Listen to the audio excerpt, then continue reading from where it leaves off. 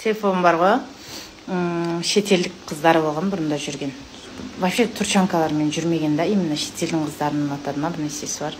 Сонымен ең соңында маған кеп тоқтаған ғой. Вариант қалдырмағанбыз ғой Сейфоға. Сейфоның тайка қыздары болған, Таиландқа талай барған, талай алып келген мына жаққа қыздарды. Казашка девушкасы болған бұрында, алматинка.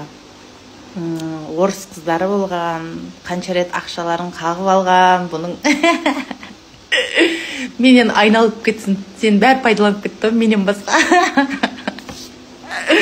Знаете, қызбен жүргеннен кейін алып беру керек, подаркасын алып берір, жағдайын кеп тұрса, бұның бұрында жұмысы деген, менімен танысқан кезде бар ғой, біктер асырайтын тұғын қандай, не деп айтатындай, союға арналған сиырдың анау еркегі ма?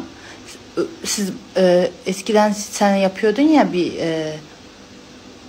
tane öküz mü ne o bir kesmek için neydi o? Ha, neydi o adı hayvancılık. Hayvancılık da adı ne onun? Hayvancılık ya onun adı. Tamam da oradaki hayvanın adı ne? Ha, hayvanın adı. Neydi Boğa. Boğa da. Boğa bık ya bık. Бік асырайтын бұл, сосын деген өсіріп қылып, сосын уже кесіп сататын тұғын бұлар ше, етпен айналысатын сондай. Сол кезде жағдай жақсы тұрған кезде сөйтіп қыздарға туда суда ақша шашқан ғой.